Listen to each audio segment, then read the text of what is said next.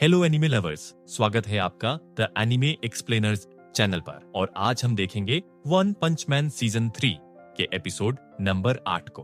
तो चलिए जानते हैं आगे की कहानी को बिना किसी देरी के। अब तक हमने देखा कि हीरोज ने मॉन्स्टर्स के अड्डे पर अटैक करना शुरू कर दिया था और वे अंडरग्राउंड भी आ गए थे। फ्लैशी फ्लैश अपने ट्रांसमीटर डिवाइस को देखते हुए याद करता है कि चाइल्ड एम्परर ने इन्हें बताया था कि यह अंडरग्राउंड गुफा बहुत बड़ी है और इन्हें अपनी लोकेशन का खुद ही ध्यान रखना होगा क्योंकि और कोई इन्हें बचाने नहीं आएगा। तभी उसके सामने कुछ मॉन्स्टर्स आ जाते हैं और बोलते हैं, अरे तुम तो वो super fast hero flashy flash हो ना, हमें पहले से ही पता था कि तुम इस रास्ते से आने वाले हो। फ्लैशी फ्लैश एक पल में ही इन तीनों को मार के आगे बढ़ जाता है। तभी उसके सामने हेलफायर फ्लेम और गेलविंड आ जाते हैं।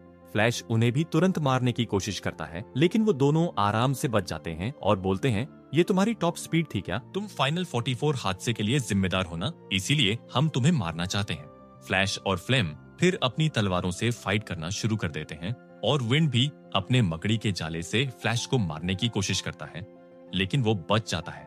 विंड बोलता है, हमने सोचा नहीं था कि तुम ऐसे अकेले ही हमला कर दोगे, तुम्हें खुद पर कुछ ज्यादा ही कॉन्फिडेंस है। विंड सोच रहा था कि वो फ्लैश को किसी कीड़े की तरह अपने जाल में फंसा लेगा, लेकिन फ्लैश अपने अटैक से आसपास की दीवारें ही तोड़ देता है।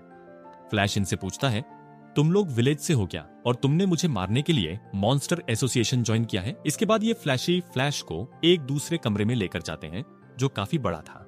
यहाँ भी ये लोग एक दूसरे से लड़ते हैं। फ्लेम और विंड कहते हैं, अच्छी जगह है ना, ये हमने मॉन्स्टर से जबरदस्ती ली है, हम यहाँ जितना चाहे लड़ सकते हैं। ये तीनों अब सुपर स्पीड में लड़ने लगते हैं और इस फाइट का एनिमेशन बाकी एपिसोड्स के हिसाब से तो अच्छा ही था। फ्लैश इनसे पूछता है, तुम लोगों को किसने हायर किया है?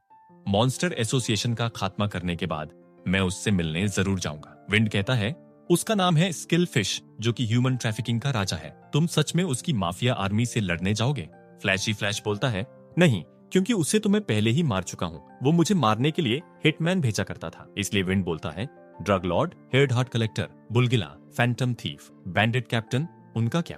तो फ्लैश कहता है, उन सबको भी मैं पहले ही मार चुका हूँ। मैं बस लोगों को बताता नहीं फिरता हूँ, इसीलिए कोई इस बारे में नहीं जानता, लेकिन मैं उन सबको मार चुका हूँ जो मेरे पीछे पड़े थे। विंड कहता है, अरे यार, उन लोगों को तो हम मारने वाले थे तुमसे निपटने के बाद, पर चलो कोई नहीं, पर अब तुम्हें मरना होगा। विलेज के टॉप फाइटर्स हीरोज से भी ज्यादा खतरनाक होते हैं। फ्लैश बोलता है, हर निंजा विलेज का नहीं होता। फ्लेम कहता है, हम गोल्डन 37 वाली जनरेशन से हैं, जिन्हें इतिहास का सबसे ताकतवर माना जाता है, और उसमें से हम टॉप 2 के फाइटर्स हैं और तुम जनरेशन 44 के नंबर 1 फाइटर हो। देखते हैं तुम हमारे सामने कितनी देर तक टिक पाते हो। कुछ देर बाद फ्लैश कहता है, जरा अपनी मॉन्स्टर पावर तो दिखाओ। पहली फाइट से ही मैं समझ गया था कि तुम हाल ही में मॉन्स्टर बने हो, तो तुम्हें अपनी टॉप स्पीड की आदत नहीं है, इसीलिए तुम मुझे इस खुली जगह में लेके आए हो, लेकिन मॉन्स्टर बनने से तुम मुझसे बेहतर नहीं हो जाओगे। ये दोनों अब अपने मॉन्स्टर वाले रूप में आ जाते हैं और इनका थ्रेट लेवल ड्रैगन था। ये लोग अब सुपर स्पीड में फ्लैश पर हमला कर देते हैं। फ्लेम एक बड़ा सा अटैक उस पर करता है, लेकिन फ्लैश को कुछ नहीं होता, लेकिन फ्लैश के अटैक से फ्लेम की तलवार टूट जाती है। फ्लैश कहता है, तुम्हारी स्पीड तो बढ़ गई, लेकिन दिमाग अब भी स्लो है। स्पीड और पावर दोनों में ही फ्लैश इन पर भारी पड़ रहा था, बल्कि इन दोनों के अलावा और कोई भी मॉन्स्टर होता तो अब तक हार गया होता। फ्लैश बोलता है, तुम्हें अब भी लगता है कि तुम मुझे मार सकते हो? फ्लेम एंड विंड कहते हैं, बहुत हुआ एक निंजा की तरह लड़ना, अब हम तुमसे एक मॉन्स्टर की तरह लड़ेंगे, जो कि बहुत ही ज्यादा खतरनाक होगा। अब हम अपनी मैक्सिमम स्पीड में तुम पर तब तक हमला करेंगे जब तक तुम मर नहीं जाते, और तुम्हें पता चलेगा कि एक इंसान और एक मॉन्स्टर में क्या फर्क होता है। दोनों अब फ्लैश पर अटैक कर देते हैं और उसकी तलवार भी उससे दूर कर देते हैं। ये फ्लैशी पर भारी पड़ रहे थे, लेकिन फ्लैश फिर अपनी लात से इन पर हमला कर देता है और अपनी तलवार उठाकर अपनी अल्टीमेट टेक्निक इस्तेमाल करता है और एक ही वार में दोनों को काट डालता है, जिससे दोनों की मौत हो जाती है। फ्लैश कहता है, वो उन दोनों को एक साथ मारने का ही मौका ढूंढ रहा था। अगर उनमें से कोई एक भी बच के भाग जाता तो बाद में दिक्कत देता, और मेरी जगह और कोई भी एस क्लास हीरो होता तो तुम्हारी स्पीड मैच नहीं कर पाता, लेकिन तुमने मुझसे लड़ के गलती कर दी। फ्लेम मरने से पहले उससे पूछता है, हम में क्या कमी रह गई थी? तो फ्लैश बोलता है, ट्रेनिंग की। फ्लैश अब आगे बढ़ जाता है और ट्रांसमीटर पर अपनी लोकेशन देखने की कोशिश करता है, पर उसे पता चलता है कि वो तो उसने लड़ाई में कहीं गिरा दिया है। चाइल्ड एम्परर सबकी लोकेशन देख रहा था और सोचता है फ्लैश ही फ्लैश अचानक एक जगह क्यों रुक गया? शायद उसका डिवाइस कहीं गिर गया है। वैसे हीरोज खुद को संभाल सकते हैं। एक बार हमें वो बच्चा मिल जाए तो हमारी टेंशन थोड़ी कम हो जाएगी। वैसे उसे एक खुफिया चीज पता है जो और कोई नहीं जानता। तभी चाइल्ड एम्परर के पीछे से एक मॉन्स्टर उस पर हमला करने आता है, लेकिन चाइल्ड एम्परर का रोबोट ही उस मॉन्स्टर को मार देता है। इसके बाद वो एक कमरे में जाता है जहां मेटल नाइट के बॉडी पार्ट्स पड़े हुए थे, जो देख चाइल्ड एम्परर हैरान हो जाता है। मेटल नाइट की यह हालत मॉन्स्टर किंग ओरोची ने की थी। चाइल्ड एम्परर सोचता है मेरा उससे सामना ना ही हो तो अच्छा है। इसके बाद वह इस रोबोट का डाटा निकालने लगता है ताकि उसे कोई क्लू मिल सके कि बच्चे को कहां रखा गया है। उसे पता चलता है कि किसी ने इस रोबोट को वापस जोड़ने की कोशिश की थी। शायद मॉन्स्टर्स के पास भी कोई एक्सपर्ट है। अगर मॉन्स्टर्स हमारी ही टेक्नोलॉजी हमारे खिलाफ ही इस्तेमाल करने लगे तो बड़ी मुसीबत हो जाएगी। तभी उस बच्चे की लोकेशन मिल जाती है। यानी मेटल नाइट ये बात शुरू से जानता था, फिर भी उसने ये बात नहीं बताई थी। चाइल्ड एम्परर अब आगे बढ़ने लगता है, लेकिन कमरे के बाहर ही उसे फीनिक्स मैन दिखाई देता है, जिसने चाइल्ड एम्परर के रोबोट को तोड़ दिया था। वो कहता है तुम यहाँ मजे करने आए थे क्या?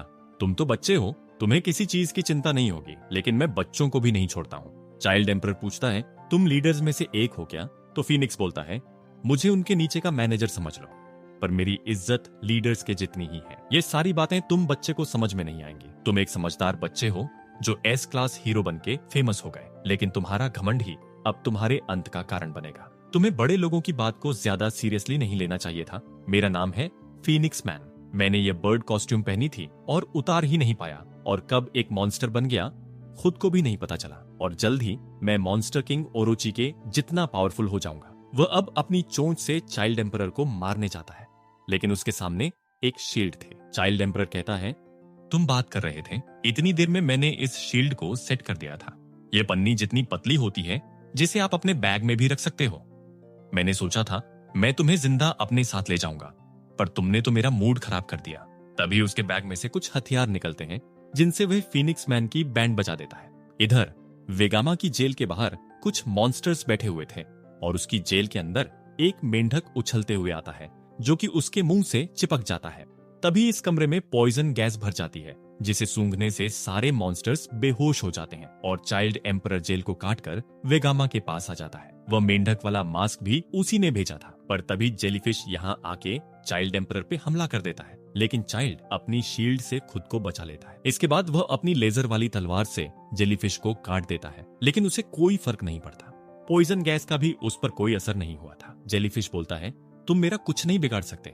किसने सोचा था कि एक एस क्लास हीरो को हराना इतना आसान होगा? पर तभी वह देखता है कि चाइल्ड एम्परर उसके अंदर पेट्रोल भर रहा था, जिसके बाद वह उसमें आग लगा देता है और वेगामा को लेकर यहाँ से जाने लगता है। वेगामा कहता है तुमने आने में कितनी देरी कर दी? चाइल्ड एम्परर को महसूस होता है कि आगे कोई मॉन्स्टर है, तो वह पहले अपने रिमोट कंट्रोल टैंक को आगे भेजता है, जिसे वो मॉन्स्टर तुरंत ही तबाह कर देता है। ये मॉन्स्टर था मशीन गॉड G5 का संगीत। चाइल्ड एम्परर सोचता है कि यह एक रोबोट है, तो वह उसे करंट लगा के बंद करने का सोचता है, लेकिन G5 अपनी तलवार से उसके डिवाइस को काट देता है और इन दोनों की तरफ बढ़ने लगता है। चाइल्ड एम्परर अब अपने 3 रोबोट डॉग्स को बाहर निकालता है, जो कि आपस में मिलकर एक बड़े रोबोट बन जाते हैं। चाइल्ड एम्परर अब मिसाइल फायर कर G5 को चिपका देता है और रोबोट डॉग उस पर बड़ा सा हमला करता है और चाइल्ड एम्परर वेगामा को लेकर यहाँ से भाग जाता है और सोचता है कि अभी वह डिस्ट्रैक्ट नहीं हो सकता। अभी उसका मिशन सिर्फ वेगामा को सेफ जगह पहुंचाना है। और यह एपिसोड यहीं पर एंड हो जाता है। तो दोस्तों, आपको यह एपिसोड कैसा लगा? इसमें पहले के एपिसोड्स के मुकाबले थोड़ा ठीक एनिमेशन था। बाकी देखते हैं कि अगले एपिसोड में क्या होगा। वीडियो अच्छा लगा हो तो इसे लाइक और शेयर कीजिए, और अगर आप हमारे चैनल द एनिमे एक्सप्लेनर पर नए हैं तो हमारे चैनल को सब्सक्राइब करके बेल आइकन जरूर दबाइए। मैं मिलता हूँ आपसे बहुत जल्द अगले वीडियो के साथ।